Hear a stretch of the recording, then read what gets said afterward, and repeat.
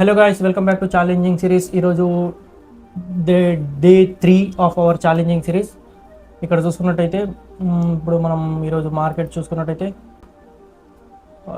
No gap up, no gap down. ఎక్కడ close అయిందో అక్కడే ఓపెన్ అయింది. ఇక్కడ చూసుకోవచ్చు చాలా క్లియర్గా. నిన్న ఏవేవైతే రెసిస్టెన్స్ ఉన్నాయో, ఏవేవైతే సపోర్ట్స్ ఉన్నాయో, సేమ్ అవే రెసిస్టెన్స్, అవే సపోర్ట్స్. ఓకే, ఇక్కడ చూసుకోవచ్చు. ఇక్కడ ఏమైందంటే కొంచెం లైట్ గ్యాప్ డౌన్ ఓపెన్ అయ్యి సస్టైన్ చేసుకోలేక ఇక్కడ 200 మూవింగ్ యావరేజ్ కనిపిస్తుంది కదా క్లియర్గా. 200 మూవింగ్ యావరేజ్కి పైన క్లోజింగ్ ఇచ్చి ఈ సపోర్ట్ నుంచి అయితే మళ్ళీ పైకి వెళ్తుంది నిఫ్టీ. ఇక్కడ బ్యాంక్ నిఫ్టీ చూసుకున్నట్టయితే ఇక్కడ ఏదైతే మనం సపోర్ట్ జోన్ గీసామో సేమ్ అదే సపోర్ట్ జోన్ మీద సపోర్ట్ తీసుకుంటుంది. సో మనం దీన్ని కొంచెం ఎక్స్టెండ్ చేసుకుందాం. ఎందుకంటే ఇక్కడే సేమ్ ఎగ్జాక్ట్గా ఇదే సపోర్ట్ మీద సపోర్ట్ తీసుకొని మరీ పాజిటివ్ డైరెక్షన్ వైపు అయితే ట్రేడ్ మూవ్ అవుతుంది, అదే మార్కెట్ మూవ్ అవుతుంది. ఇప్పుడు మనం ఏం చేద్దామంటే ఇక్కడ ఈ సపోర్ట్ కింద సస్టైన్ చేయలేక ఇంత పెద్ద విక్ అయితే ఇచ్చింది కదా. సో దీని ప్రకారం మనం ఈ కన్ఫర్మేషన్ తీసుకోవచ్చు. సో కాకపోతే ఇంకొక కన్ఫర్మేషన్ క్యాండిల్ కోసం వెయిట్ చేద్దాం. ఎందుకంటే వాల్యూమ్స్ కూడా మనకు హెవీగా గ్రీన్గానే వస్తున్నాయి, పాజిటివ్ వాల్యూమ్సే వస్తున్నాయి. సో దాని ప్రకారం వెయిట్ చేసి ఇది గ్రీన్ క్లోజింగ్ ఇస్తే మాత్రం మనం బై సైడ్ ట్రేడ్ తీసుకుందాం. ఇంకా సేమ్ బ్యాంక్ నిఫ్టీలో కూడా అలాగనే. ఓకే, చాలా హెవీగా గ్రీన్ క్యాండిల్స్ అయితే ఇస్తుంది. సో మనం పొజిషన్ తీసుకోవచ్చు. 24,100 కదా. సో మనం ఎగ్జాక్ట్గా నిన్నట్లకనే 24,000 సిఈ ట్రేడ్ తీసుకుందాం. ఒక్క నిమిషం. నిఫ్టీ 50 24,000 సిఈ బై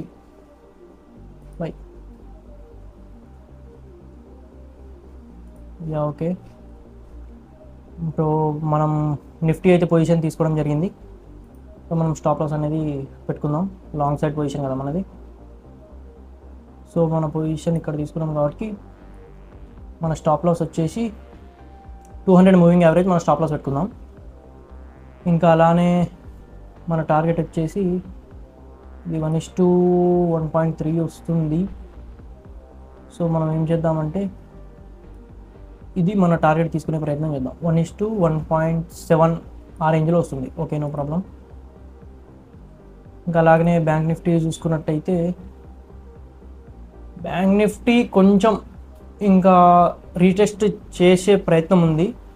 సో అందుకనే మనం బ్యాంక్ నిఫ్టీ రీటెస్ట్ చేసేదాకా చూసి ఒకవేళ బ్యాంక్ నిఫ్టీ కనుక మళ్ళీ కొంచెం ఈ వరకు రీటెస్ట్ చేసి మళ్ళీ మంచి వాల్యూమ్స్ తోటి బ్రేక్అవుట్ ఇస్తే, అదే సపోర్ట్ మీద నిలబడగలిగితే మనం బ్యాంక్ నిఫ్టీలో కూడా ట్రేడ్ తీసుకుందాం. ప్రస్తుతానికైతే నిఫ్టీలో మన ట్రేడ్ రన్ అవుతుంది. ఇక్కడ చూసుకోవచ్చు. ఇప్పుడే మనం ట్రేడ్ తీసుకున్నాం కాబట్టి ఒక న్యూట్రల్ పొజిషన్ అయితే కనిపిస్తుంది మనకు. Okay, let's wait and see ఏమవుతుందో.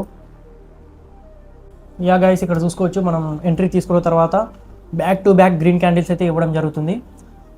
సో ఇక్కడ చూసుకోవచ్చు నిఫ్టీ చాలా బుల్లిష్గా ఉంది. మన పొజిషన్ కూడా చూసుకోవచ్చు. ఆల్మోస్ట్ 500-600 వరకు రన్ అవుతుంది. ఇంకా అలాగే బ్యాంక్ నిఫ్టీ కూడా చూసుకున్నట్టయితే చెప్పాను కదా, ఒక బుల్లిష్ క్యాండిల్ ఇచ్చి తర్వాత రీటెస్ట్ చేసే ఛాన్సెస్ ఉన్నాయని. సో అదేవిధంగా బ్యాంక్ నిఫ్టీ అయితే పర్ఫామ్ చేస్తుంది. సో ఓకే, వెయిట్ చేద్దాం. ఇంకా నాకు తెలిసి ఈ రేంజ్ వరకు అయితే బ్యాంక్ నిఫ్టీ రీటెస్ట్ చేసే ఛాన్స్ ఉంది. సో దీని తర్వాత మంచి మూమెంటం తోటి గ్రీన్ క్యాండిల్స్ ఇస్తే మనం బై సైడ్ పొజిషన్ తీసుకుంటాం అనమాట. ప్రస్తుతానికైతే మన పొజిషన్ నిఫ్టీలోనే రన్ అవుతుంది. Okay, let's wait and see. Wait for a good opportunity. Guys, ఇక్కడ చూసుకున్నట్టయితే మార్కెట్ అనేది చాలా కన్సాలిడేట్ అవుతుంది అనమాట. ఎందుకంటే ఇక్కడ చూసుకోవచ్చు మన గ్లోబల్ మార్కెట్స్ ఏవైతే ఉన్నాయో అన్నీ ఒక న్యూట్రల్ పొజిషన్లో ఉన్నాయి. సో మార్కెట్ ఇదే రేంజ్లో కన్సాలిడేట్ అయ్యే ఛాన్సెస్ ఉన్నాయి. సో అందుకనేసి మనం ఏం చేస్తామంటే ఇప్పుడు ఇలా కన్సాలిడేట్ అవ్వడం వల్ల ఏమవుతుందంటే టీటా వాల్యూ డికే అయిపోతుంది. టీటా వాల్యూ డికే అవ్వడం వల్ల ప్రీమియం వాల్యూ తగ్గిపోతుంది. అది ఎట్ లాస్ట్కి ఏమవుతుందంటే ప్రీమియం జీరోకి మారిపోతుంది. అందుకనే మనం ప్రీమియం ఎండ్ కాక ముందుగా మనం ఏం చేస్తాం, ఈ పొజిషన్ అయితే బ్రేక్ ఈవెన్లో ఎగ్జిట్ చేసేద్దాం. బ్రేక్ ఈవెన్ అంటే no loss no profit. Okay, break ఈవెన్లో అయితే ఎగ్జిట్ చేద్దాం. మన పొజిషన్ అయితే బ్రేక్ ఈవెన్లో క్లోజ్ అయిపోయింది. ఓకే, నెక్స్ట్ ఏం చేద్దామంటే ఇంకా నెక్స్ట్ ఇంకేమైనా ఆపర్చునిటీ వస్తుందేమో చూసి దాని ప్రకారంగా అయితే సెకండ్ ట్రేడ్ అయితే తీసుకుందాం. ఫస్ట్ ట్రేడ్ అయితే మనది నో ప్రాఫిట్ నో లాస్లో అయితే మనం ఎగ్జిట్ చేసాం. ఎందుకు, గ్లోబల్ మార్కెట్ యొక్క కండిషన్ చాలా క్రిటికల్గా ఉండడం వల్ల ఇది కూడా ఒక గుడ్ పార్ట్ ఆఫ్ ట్రేడింగ్ అనమాట. ఏంటిదంటే మనం పొజిషన్ తీసుకున్న తర్వాత ఐదర్ ప్రాఫిట్ ఐదర్ లాస్ అనే కాకుండా మనం మార్కెట్ మూమెంట్ని క్యాచ్ చేస్తూ ప్రతిసారి చెక్ చేస్తూ ఆ మూమెంట్ ప్రకారంగా మనం మన పొజిషన్ని మాడిఫై చేసుకోవాలన్నమాట. సో అందుకనే మనం కూడా ఇప్పుడు మన పొజిషన్ని మాడిఫై చేసుకున్నాం. నో ప్రాఫిట్ నో లాస్లో అయితే ఎగ్జిట్ చేసాం. ఓకే.